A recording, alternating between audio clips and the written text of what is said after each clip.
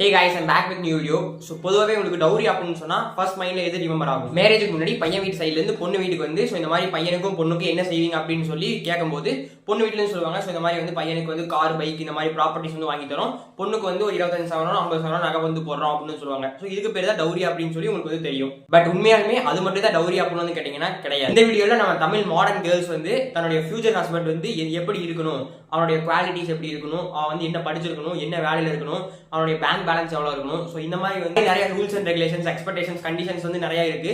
So அதெல்லாம் இந்த வீடியோல பார்த்துட்டு உண்மையாலுமே டவுரி அப்படின்னா என்ன அப்படிங்கிறத வீடியோல நீங்களே தெரிஞ்சுப்பீங்க. வீடியோக்குள்ள போலாம். இந்த வீடியோ ஒரு மாதிரி ட்ரோல் அண்ட் ரியாக்ஷன் வீடியோ மட்டும் இருக்கா, living as a boy isn't easy in the society அப்படிங்கிறதையும் நீங்க இந்த வீடியோ முடியும் போது தெரிஞ்சுப்பீங்க. So first of all random girls வந்து அவங்களுடைய ஃபியூச்சர் ஹஸ்பண்ட் வந்து இப்படிதான் இருக்கணும் அப்படின்னு அவங்க சொல்ற எக்ஸ்பெக்டேஷன்ஸ் அண்ட் கண்டிஷன்ஸை நம்ம வந்து பார்த்துருவோம். நான் சொல்றது எல்லாமே கேட்கணும், எனக்கு அடிமையா இருக்கணும், எனக்கு ஒரு நாய்க்குட்டி மாதிரி இருக்கணும். ஒரு 100 பொண்ணுங்க இருக்கிற இடத்துல அவரை தனியா விட்டாலுமே அவர் கண்ணு என்ன தேடணும். அழகா இருக்கேனா ப்ரோ? அழகா இருக்கீங்க. இல்ல கிளாஸ் ஏதாவது போட்டுக்கணும் போட்டுங்க. இல்ல ஹேர் ஸ்டைல் பண்ணிக்கிறேன் ப்ரோ. கேக்குதா? நான் அழகா இருக்கேனா? ரோல் பண்றா. இதெல்லாம் வரணும். இலக்கியம் அந்த பாட்டு ஒன்று ஓடிச்சுன்னா அந்த பாட்டுல அர்த்தம் அதெல்லாம் புரியுற மாதிரி கொஞ்சம் நல்லா கெத்தா இருக்கணும்னு நினைச்சேன். இன்னும் சமைச்சு கொடுக்கணும். மெயினா chicken gravy, chicken pepper, beef biryani, fried rice எல்லாம். இது நல்ல ப்ரோ பிளேயரா இருந்தா நல்லா இருக்கும். பப்ஜிலயா? ஃப்ரீ ஃபயர் ப்ரோ பிளேயரா? ஃப்ரீ ஃபயர் விளையாட தெரிஞ்சிருக்கணும், அதுவும் ப்ரோ பிளேயரா இருக்கணும். ஃபியூச்சர் ஹாபி எப்படிலாம் இருக்கணும்னு உங்களுக்கு ஆசை இருக்கு? ஃபியூச்சரில் நம்மளுக்கு ஒரு கேரிங்கான பர்சனாக நல்லா பார்த்துக்கணும், நல்லா சாப்பிட்ற அளவுக்கு நல்லா வாங்கி கொடுக்கணும், செலவு பண்ணுற அளவுக்கு கொஞ்சமாக சம்பாதிச்சா போகிறோம். நிறையாலாம் நம்ம இது வந்து ஒரு நார்மலான கேர்ளோட ஒரு எக்ஸ்பெக்டேஷன்ஸ். ஸோ இது வந்து ஒரு வேலிடான எக்ஸ்பெக்டேஷன் அப்படின்னு சொல்லலாம். போதும். கில்லி படத்துல வர முத்துப்பாண்டி மாதிரி வேணுங்கிறீங்க. ஓகே, நல்லா வேலை செய்கிறவங்களா இருக்கணும். அப்ப வீட்டு வேலைக்காரங்களா தான் பார்க்கணும்.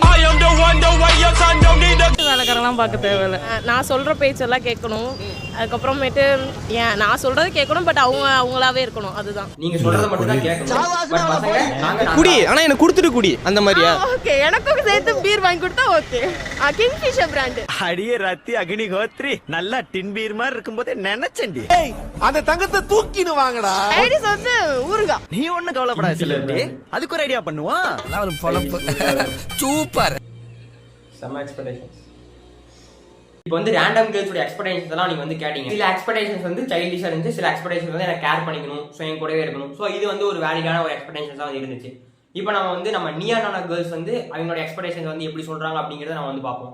அதுக்கு என் ஹஸ்பண்ட் ஒரு பேங்க் மேனேஜரா இருந்தா மட்டும்தான் முடியும், அவன் நல்லா சம்பாதிச்சா மட்டும்தான் என்னால முடியும் ஃபேமிலியை ரன் பண்ண. மரியாதை இங்கிருந்து ஓடி போயிரு, இல்லன்னா காலையில ஊத்துற பால்ல வெட்ட வச்சு உன்னை நான் கொன்னுடுவேன். Own house, car. இப்போதான் நம்ம வீடியோவே ஸ்டார்ட் ஆகுது. Own house, car, bank manager. Condition வந்து கட்டாயமா அவர் பேங்க்ல மேனேஜர் லெவல்ல தான் இருக்கணும். அந்த மாதிரி மாப்பிள்ளை தான் வேணும்.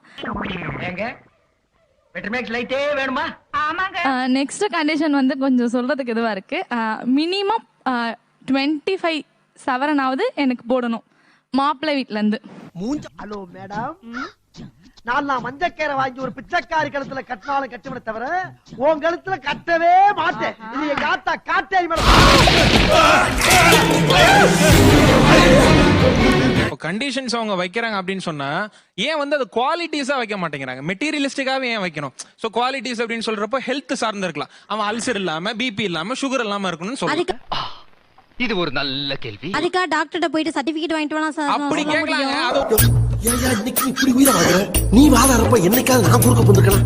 அடிக்கடியா ஒரு மனுஷன் கிராஸ் பண்ணா விட்டுட்டு 3 மாடி வீடு கேட்கறதுக்கு பிபி சுகர் இல்லாத பையன் வேணும்னு கேட்கலாமே, அது பெட்டர் ஆச்சே. அப்படி கண்டிஷன் போடுங்கன்ற. நெக்ஸ்ட் வந்து எனக்கு 2 பிள்ளை பிறக்குதுன்னா அந்த 2 பிள்ளைக்கும் நான் பார்க்கணும், எல்லாமே செய்யணும். அதுக்கு என் ஹஸ்பண்ட் ஒரு பேங்க் மேனேஜரா இருந்தா மட்டும்தான் முடியும், அவன் நல்லா சம்பாதிச்சா மட்டும்தான் என்னால முடியும் ஃபேமிலியை ரன் பண்ண. மரியாதை இங்கிருந்து ஓடி போயிரு, இல்லன்னா காலையில ஊத்துற பால்ல வெட்ட வச்சு உன்னை நான் கொன்னுடுவேன். தன்னுடைய குழந்தைய பாத்துக்கிறதுக்கு என்னுடைய ஹஸ்பண்ட் வந்து பேங்க் மேனேஜரா இருக்கணும் அப்படின்னு வந்து சொல்றாங்க. இது வந்து ஒரு வேலிட் ரீசன் தான். பட் அதையே வந்து இவங்க இப்ப யோசிக்க கூடாது. நான் வந்து இந்த மாதிரி ஒரு வேலைக்கு போறேன், 20K வந்து சம்பாதிக்கிறேன் ஒரு மந்த்லி. நீ வந்து அதே பேங்க்ல ஒரு கிளக்கா ஒரு 30K ஒரு 35K மட்டும் சம்பாதி, அதுவே போதும். நாம வந்து சேர்ந்து ஃபேமிலி ரன் பண்ணுவோம். எதுக்கு ஒரு பையன் மட்டுமே வந்து ஒரு ஃபேமிலி வந்து எடுத்துக்கணும் அப்படின்னு தான் வந்து எனக்கு புரிய மாட்டேங்குது. MS படிச்சிருக்கணும், MS படிச்சிருக்கணும், கிரீன் கார்டு ஹோல்டரா இருக்கணும் யூஎஸ்ல. ஆஃப் எக்ஸ்போஷர் அவங்களுக்கு அதிகமா இருந்தது, எனக்கு கம்மியா இருந்தா அது ஒரு டிகிரேடிங் ஃபேக்டரா. லெவல் ஆஃப் எக்ஸ்போசர்ஸ் ஒரு ஹஸ்பண்டுக்கு வந்து கம்மியா இருந்து ஒய்ஃப்க்கு வந்து அதிகமா இருந்தா இவங்களுக்கு வந்து டிகிரேடிங் ஃபேக்டரா இருக்கும் அப்படின்னு சொல்றாங்க. இல்ல எனக்கு புரியல, நீங்க 2 பேரும் ஹஸ்பண்ட் அண்ட் ஒய்ஃப், நீங்க 2 பேரும் சேர்ந்து தான் ஒரு ஃபேமிலி வந்து ரன் பண்ண போறீங்க. உங்களுக்கு எதுக்கு ஒரு டிகிரேடிங் ஃபேக்டர் இருக்க போகுது? உங்க ஹஸ்பண்ட் வந்து உங்களோட அதிகமா சம்பாதிச்சாரோ இல்ல அவர் வந்து உங்களுக்கு அதிகமா எஜுகேட்டடா இருந்தாவோ அது வந்து உங்களுக்கு தான் பெனிஃபிட். ஸோ என் ஹஸ்பண்ட் வந்து இவ்வளவு படிச்சிருக்கேன், அவன் சம்பாதிக்கிறான், ஸோ என்னுடைய ஃபேமிலி வந்து இன்னும் நல்லா க்ரோத் ஆக முடியும் அப்படின்னு சொல்லி நீங்க தான் வந்து சந்தோஷப்படணும். இதனால வந்து எனக்கு டிகிரேடிங் ஃபேக்டரா இருக்கு அப்படின்னு சொல்றது வந்து ஏத்துக்கவே முடியாது. அதுக்கு பேர் டிகிரேடிங் ஃபேக்டர் கிடையாது. உங்களுக்கு வந்து உங்க ஹஸ்பண்ட் மேல வந்து இவன் வந்து என்னோட அதிகமா சம்பாதிக்கும் அப்படின்னு சொல்லிட்டு உங்களுக்கு வந்து உங்க ஹஸ்பண்ட் மேல இருக்கிற ஈகோ தான் நீங்க வந்து டிகிரேடிங் ஃபேக்டர் அப்படின்னு சொல்லி தப்பா மீன் பண்றீங்க. எனக்கு இருக்கு 1.5 lakhs கண்டிப்பா நெட் salary இருக்கணும். It's not a gross. நீ ஊர்ட்டமா உன் நல்ல மனசுக்கு நீ தான் ஜெயிப்ப. அப்புறம் வந்துட்டு கார் இருக்கணும். ஓகே, கார் இருக்கணும். எஸ். அப்புறம் இண்டிவிஜுவல் ஹவுஸ் இருக்கணும். இந்த மூணும் இருந்து ஆஃப்டர் மேரேஜ் பொண்டாட்டி இருந்தா ஓகேவா? அப்ராட்ல படிச்சிருக்கணும், அப்படி இல்லைன்னா அப்ராட் ரிட்டர்னா இருக்கணும். எனக்கு இப்போ 24 ஏஜ் ஆகுது சார். நான் 24 ஏஜ் வரைக்கும் நான் எங்க அம்மா அப்பா கஷ்டப்படுறத நான் பாக்குறேன். ஃபுல்லா வாடகை வீடு தான். இது வரைக்கும் நாங்க வாடகை வீடு தான். எங்க அம்மா அதே கஷ்டம் நான் படக்கூடாது. கார் இருக்கணும், இண்டிவிஜுவல் ஹவுஸ் இருக்கணும், 1.5 lakhs நெட் சேலரி வந்து இருக்கணும். பையன் வந்து ஒன்னா அப்ராடா இருக்கணும், இல்ல அப்ராட் ரிட்டர்னா வந்து இருக்கணும். நிறைய வீடியோஸ் நான் வந்து பார்த்திருக்கேன். ஸோ எல்லா கேர்ள்ஸ் வந்து நான் சம்பாதிக்கிறேன் பரவாயில்ல அப்படிங்கறது வந்து நிறைய இருக்கு. இந்த வீடியோ நான் மென்ஷன் பண்ணினாலும் நிறைய கேர்ள்ஸ் வந்து அவங்களுடைய மோட்டிவ் வந்து இருக்கு, நான் சம்பாதிக்கிறேன் பரவாயில்ல அப்படின்னு வந்து சொல்லியிருக்காங்க. இப்போ இருக்கிற ஜென்ரேஷன்ல இருக்கிற கேர்ள்ஸோட எக்ஸ்பெக்டேஷன்ஸ் வந்து இதுதான். என்னுடைய ஹஸ்பண்ட் வந்து ஒன்னும் அப்ராட்ல இருக்கணும், இல்ல மந்த்லி வந்து 1.5 lakhs வந்து சம்பாதிக்கணும், இல்ல அப்படின்னா வந்து சொந்தமா வீடு வச்சிருக்கணும், கார் வச்சிருக்கணும், நிறைய படிக்கணும், சொந்தமா பிசினஸ் பண்ணணும், பேங்க் பேலன்ஸ் நிறைய இருக்கணும். ஸோ இந்த மாதிரி தான் வந்து ஒவ்வொரு கேர்ள்ஸோட எக்ஸ்பெக்டேஷன்ஸா வந்து இருக்கு. ஆனா இது எல்லாமே ஒரு கேர்ள் வந்து இந்த சொசைட்டில ஒரு பையன் மேல வச்சா ஒரு எக்ஸ்பெக்டேஷன்ஸ்குள்ள வந்துருது. இதே ஒரு பையன் என் ஒய்ஃப் வந்து மந்த்லி இவ்வளவு சம்பாதிக்கணும், நிறைய படிச்சிருக்கணும், வேலைக்கு போகணும், வேலைக்கு போலியா சரி சொந்தமா நீங்க ஒரு வீடு கட்டி கொடுத்துருங்க. ஸோ இதெல்லாம் வந்து பார்த்தா ஒரு பையன் வந்து ஒரு பொண்ணு சைட்ல வந்து கேட்டா அது வந்து டவுரிக்குள்ள வந்துருது. இதே ஒரு பொண்ணு வந்து என் ஹஸ்பண்ட் வந்து சொந்தமா வீடு கட்டி இருக்கணும், சொந்தமா கார் வாங்கி இருக்கணும், இதெல்லாம் வந்து கேர்ள்ஸ் தன்னுடைய ஃபியூச்சர் ஹஸ்பண்ட் வந்து இருக்கிறதுக்கான எக்ஸ்பெக்டேஷன்ஸ் அப்படின்னு சொல்றாங்க. ஆனா இதே ஒரு பையன் சைட்ல இருந்தா அதுக்கு பேர் டவுரி அப்படின்னு சொல்றாங்க. இந்த டிஃபரன்ஸ் எதுக்கு வருது? ஒரு கேர்ள் வந்து சொந்த வீடு கேட்டா வந்து எக்ஸ்பெக்டேஷன்ஸ், இதே ஒரு பையன் பொண்ணு சைட்ல வந்து சொந்த வீடு கோல்டு வந்து கேட்டா அதுக்கு பேர் டவுரி. ஒரு பையன் வந்து 30-32 வயசுக்குள்ள கல்யாணம் வைக்கிறான்னா அதுக்குள்ள இவன் கிட்ட எல்லாமே இருக்கணும் அப்படிங்கிறது வந்து எப்படி உங்களால எக்ஸ்பெக்ட் பண்ண முடியுது? அவன் அப்பதான் வந்து காலேஜ் முடிச்சுட்டு ஒரு நல்ல வேலையில வந்து ஒரு நல்ல பொசிஷன்ல வந்து உட்கார ஸ்டார்ட் பண்ணிருப்பான். அதுக்கப்புறம் தான் வந்து தனக்கு தானே ஒரு அட்மாஸ்பியரை கிரியேட் பண்ணிட்டு தனக்கு தானே ஒரு லைஃபை வந்து கிரியேட் பண்ண முடியும்.